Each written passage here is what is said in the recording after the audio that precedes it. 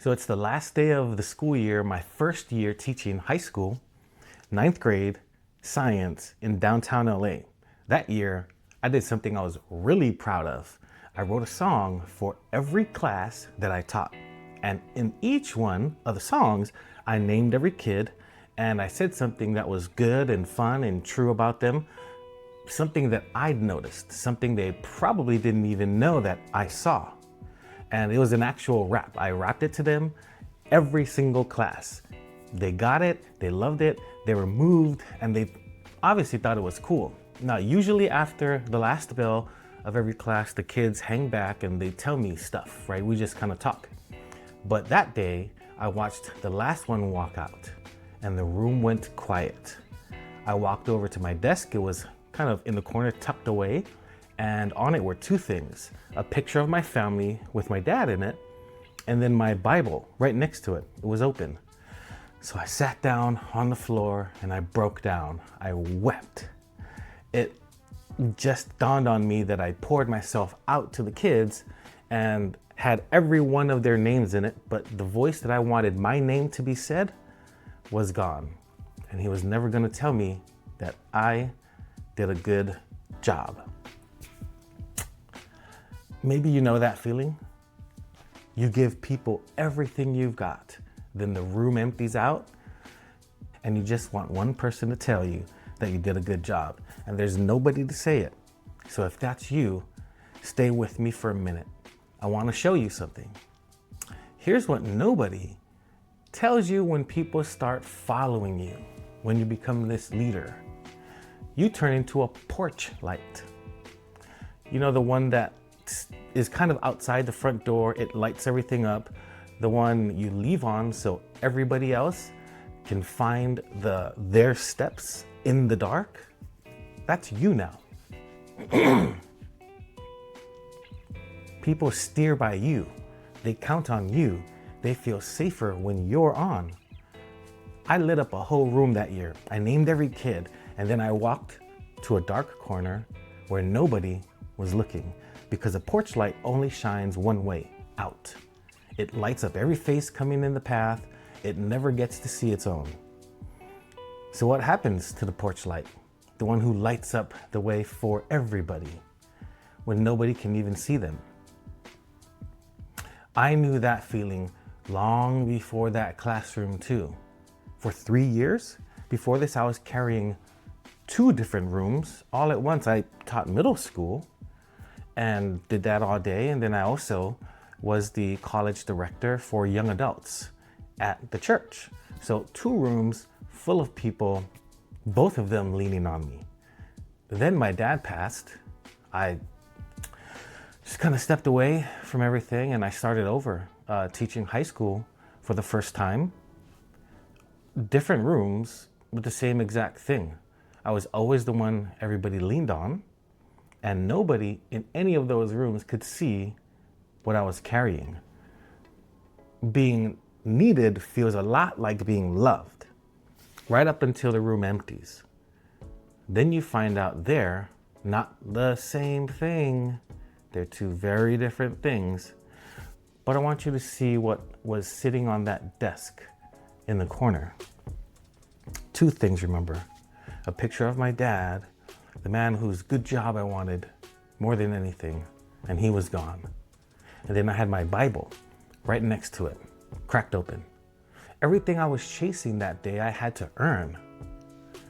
The kids loving me, the good year, the feeling that I did right by the people I love. All of it cost me something though. But the thing that's sitting next to the picture had known me before I ever led anybody, before I was a teacher, before I was a director, before I poured myself out for one single person. It never made a sound. It never asked me to be the porch light. It just sat there in the corner knowing me the whole time.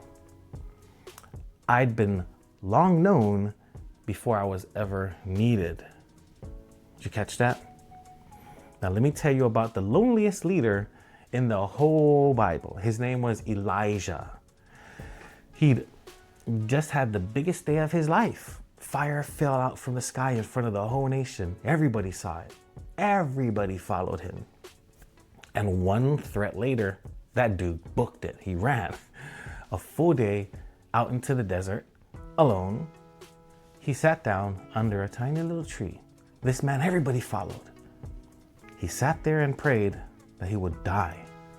He said, I'm the only one left, the most watched man in the country, dead sure that nobody was with him. And watch what God does. He doesn't come back with more fire. Fire is what the crowd loved. A wind that tears through the mountains. God's not in the wind. The ground shakes. He's not in the earthquake. A fire roars up. He's not in the fire. And then a whisper, a low, quiet voice. And it says, what are you doing here? And then it says his name, Elijah.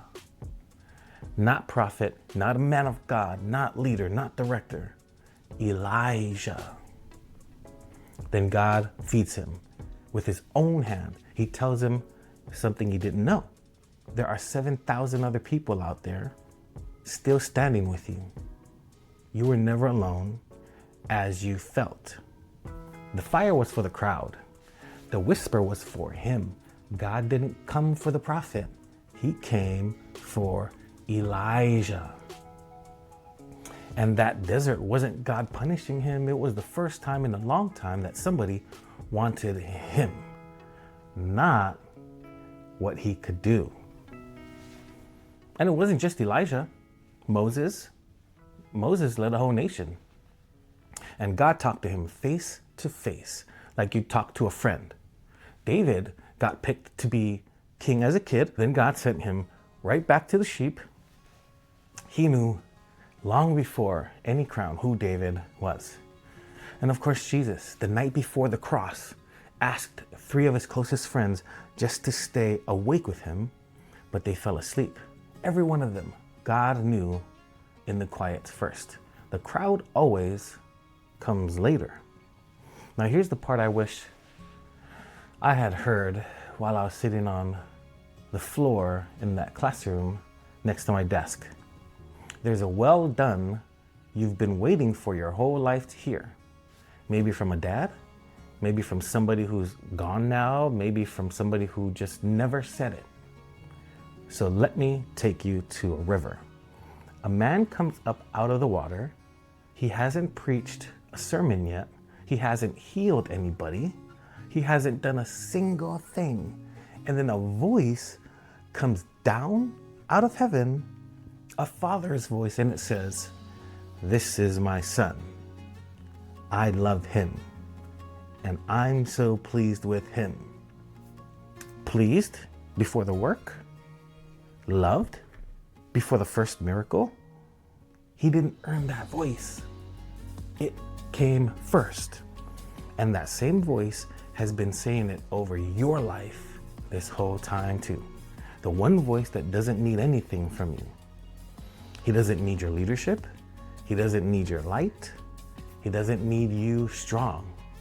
Everybody else came for what you carry. He came for you. And what he knows about you, nobody can take. Seen, known, loved, his.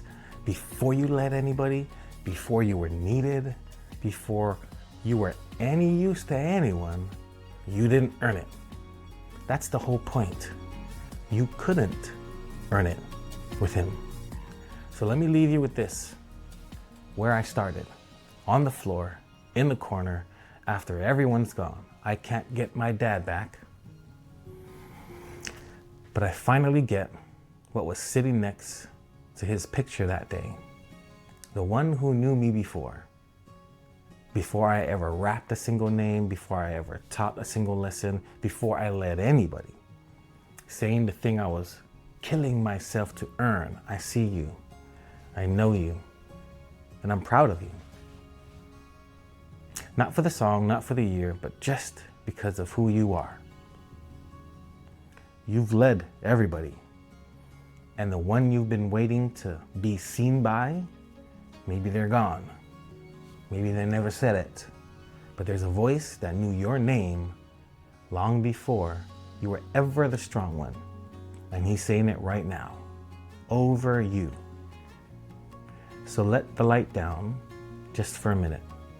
Stop being needed and let yourself be known to the God Almighty, maker of heaven and earth, who knows you by name. My name is Rob Pene, Faleulu Ropati. Same guy, two names. God bless you.